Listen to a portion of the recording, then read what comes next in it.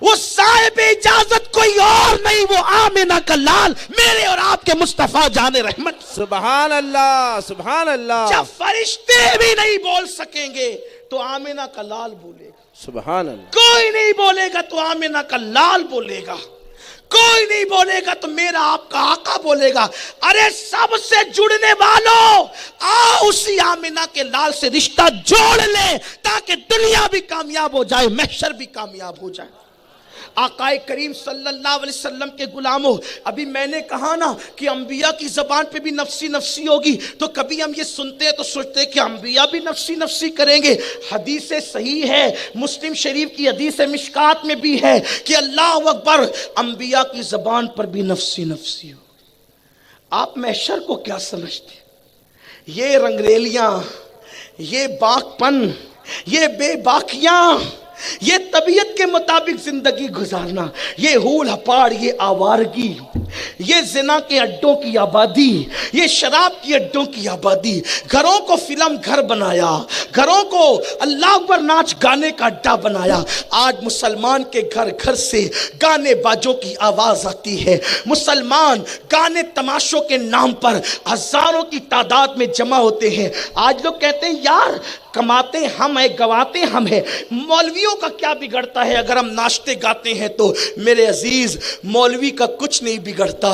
مولوی کو اللہ کے نبی نے ذمہ داری دی ہے تاکہ وہ تیرے غلط قدم کو روکے، اس لیے کہ تو وہ نہیں جانتا جو عالم دین جانتا ہے، وہ تیری خیر خواہی چاہتا ہے۔ وہ تیرے گھر میں ڈی جے بجنے سے اگر تجھے روکتا ہے تو اس میں مولوی کا نہیں بلکہ تیرا فائدہ ہے، تیری آخرت کا فائدہ ہے۔ اگر تجھے سود سے روکا جاتا ہے، اگر تجھے حرام سے روکا جاتا ہے تو تیرے لیے دل میں ہمدردی ہے، اس لیے کہ تیرے اندر سرخاب کے پر نہیں لگے ہیں۔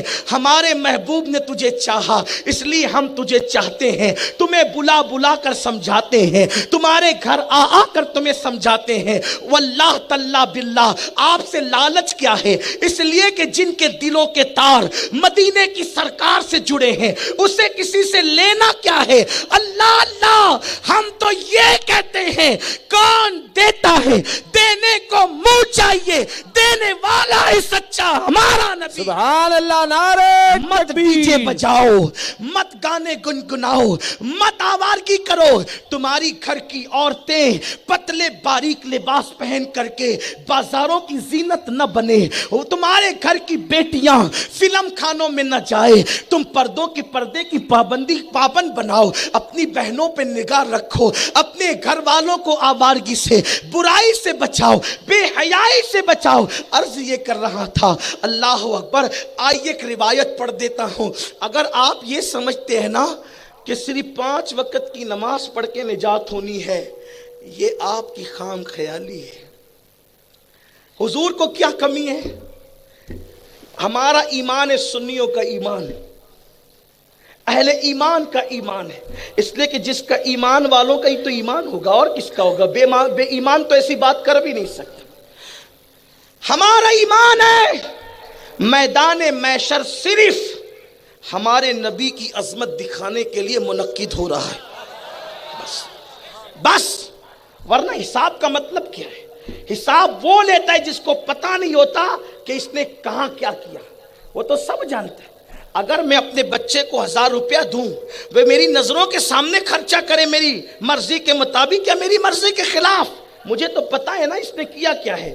مرضی کے خلاف کیا تو چاٹا دوں گا، مرضی کے مطابق کیا تو پیار دوں گا، بس میری نظروں کے سامنے خرچہ کیا ہے۔ حساب وہ لیتا ہے جس کو پتا نہیں کہ خرچہ کہاں کیا، جو کہہ چکا بار بار میں تمہیں دیکھ رہا ہوں، ان اللہ کان علیکم رقیبا، تم پہ نگرانی کر رہا ہوں، ان اللہ خبیر بما تعملون، میں تمہارے اعمال کی خبر رکھتا ہوں، علیم بذات الصدور ہے، اسے تو سب پتہ ہے۔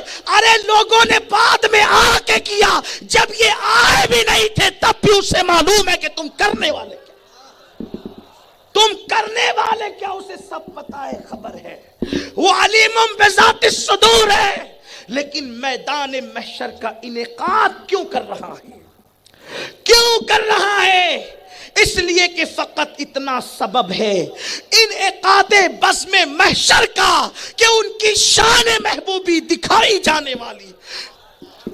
وہ دکھانا چاہتا ہے، وہ دکھانا چاہتا ہے کہ جب آدم سے لے کے عیسیٰ تک سب نفسی نفسی کریں گے اور میرا محبوب امتی امتی کرے گا تو نبیوں میں بھی فرق ہو جائے، انبیاء ہو کر بھی یہ اور ہیں یہ اور ہیں.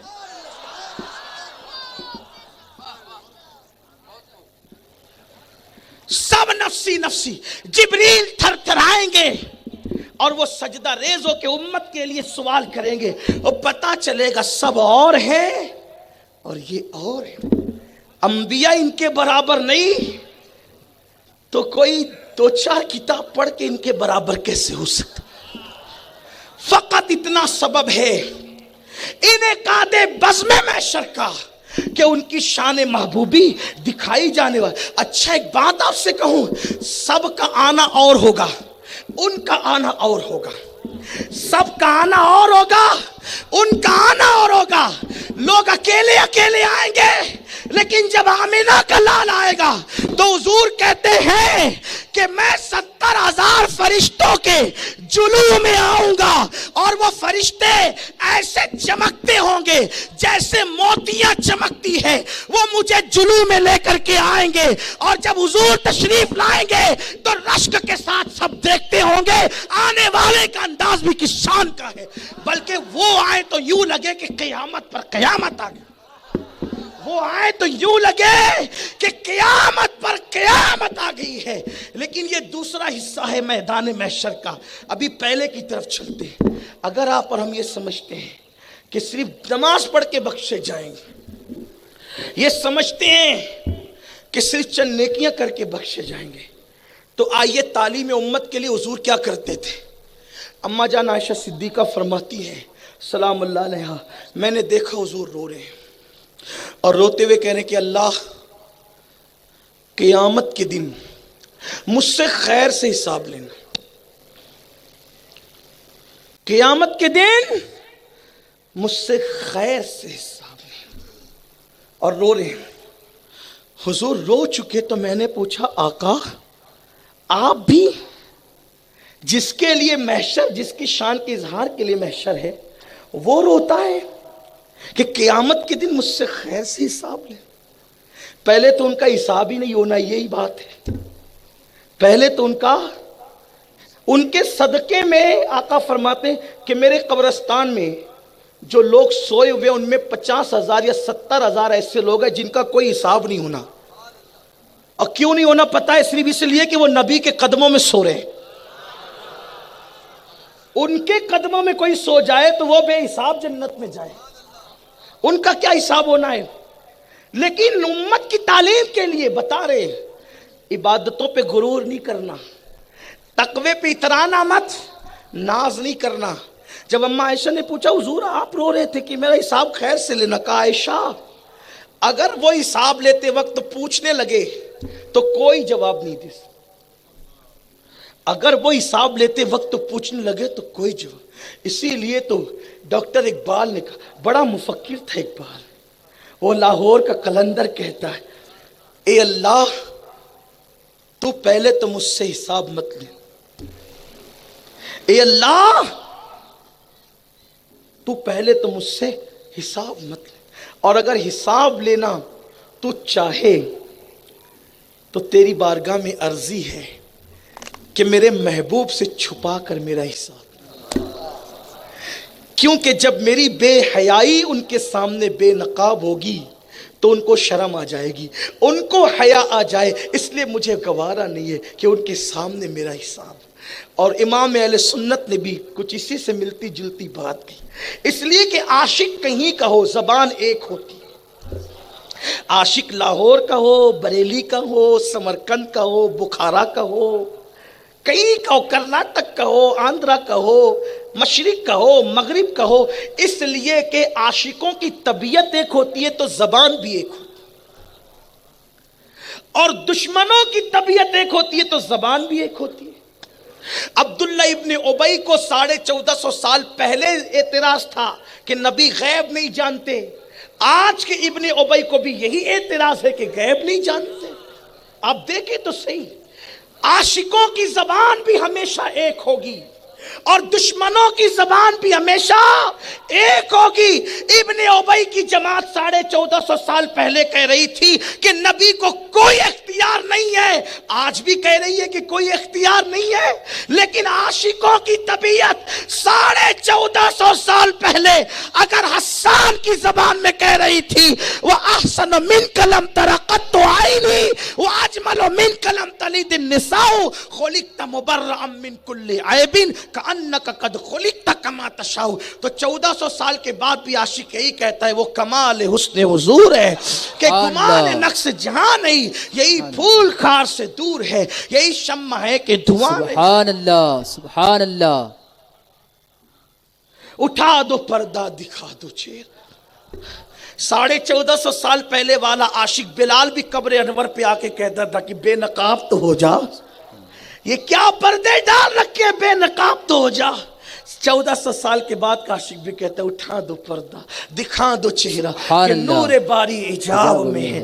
زمانہ تاریک ہو رہا ہے کہ مہر کب سے نقاب میں ہے. نہیں وہ میٹھی نگاہ والا خدا کی رحمت ہے جلوہ فرما، نہیں وہ میٹھی نگاہ والا خدا کی رحمت ہے جلوہ فرما.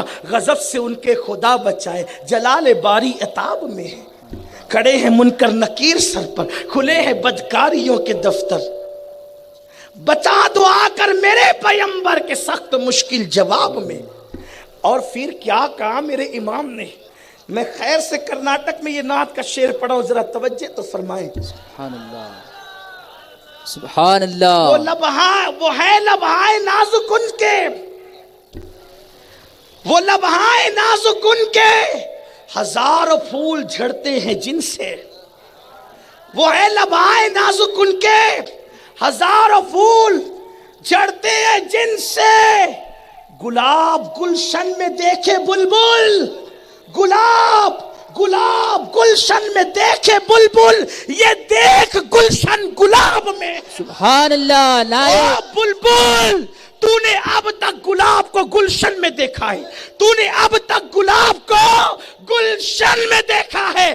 پورا گلشن اگر گلاب میں دیکھنا ہے تو آمنہ کے لال کو دیکھ. سبحان. نعرہ تکبیر، نعرہ رسالت، مصطفیٰ کا ہم سفر، نعرہ حیدری. گلاب گلشن میں دیکھ بلبل. اقبال اور غالب کا کلم یہاں سجدہ ریز نظر آتا ہے کہ ایسا تخیل بھی کسی عاشق کا ہو سکتا ہے. گلاب گلشن میں دیکھ بلبل، یہ دیکھ گلشن گلاب میں. ساری رانائیاں اس میں ان میں سمیٹ کر رکھ دی گئی ہے.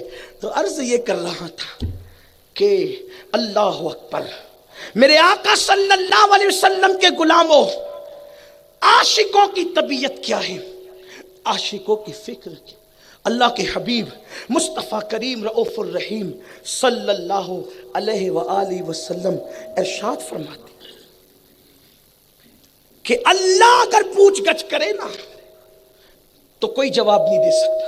تو اقبال نے جب کہا نا کہ ان سے چھپا کے حساب لینا، تو میرے امام بھی بڑے مزے میں کہتے ہیں کہ صدقہ پیارے کی حیا کا نہ لے مجھ سے حساب، صدقہ پیارے کی حیا کا نہ لے مجھ سے حساب، بخش بے پوچھے لجائے کو لجانا کیا.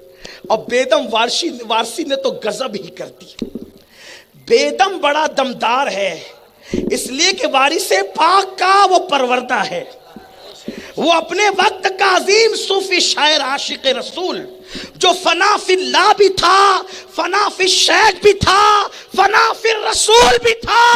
وہ بڑے مزے میں کہتے ہیں عجب تماشا ہو میدان حشر میں بیدم کہ سب ہو پیش خدا اور میں روبرو میں رسول. کہ سب ہو پیش خدا اور میں لیکن یہ حق بیدم ہی کو حاصل. اب مزے میں کہتے ہیں، وہ کہتے ہیں نا یہ ہم نہیں تھے اور ہوئے کیسے. کیا فلسفہ بیان کیا بیدم نے. کہتے ہیں عدم سے لائی ہے ہستی میں آرزوے رسول. کہاں کہاں لیے پھرتی ہے جستجوئے رسول. آپ سمجھتے ہیں جس کو فرشتے سلا دے اللہ کا نام لے کے اسے اٹھانا آسان ہے؟ اسے اٹھانا آسان ہے؟ پتہ ہے عاشق جب قبر میں سوئیں گے یار کا تصور لے کر تو فرشتے کس شان سے اٹھائیں گے؟ ایک جھلک قبر میں دیکھی تھی، اب اگر بار بار دیکھنا ہے تو محشر چلو. قبر کی نیند سے اٹھنا کوئی آسان نہ تھا، ہم تو محشر میں انہیں دیکھنے آئے ہوئے. سبحان اللہ. عدم سے لائی ہے ہستی میں آرزوے رسول، کہاں کہاں لیے پھرتی ہے جستجوئے رسول. بلائیں لوں تیری اے جذبہ شوق صلی اللہ کہ آج دامن دل کھچ رہا ہے سوئے رسول. سبحان اللہ. آج دامن دل کھچ رہا ہے سوئے رسول. تو عرض یہ کر رہا تھا کہ اللہ اکبر. آقا فرماتے ہیں اللہ اگر کسی سے حساب لے اور پوچھ لے تو کوئی حساب نہیں دے سکتا. پھر میرے آقا علیہ السلام کا فرمان، آنکھیں بہتی ہوگی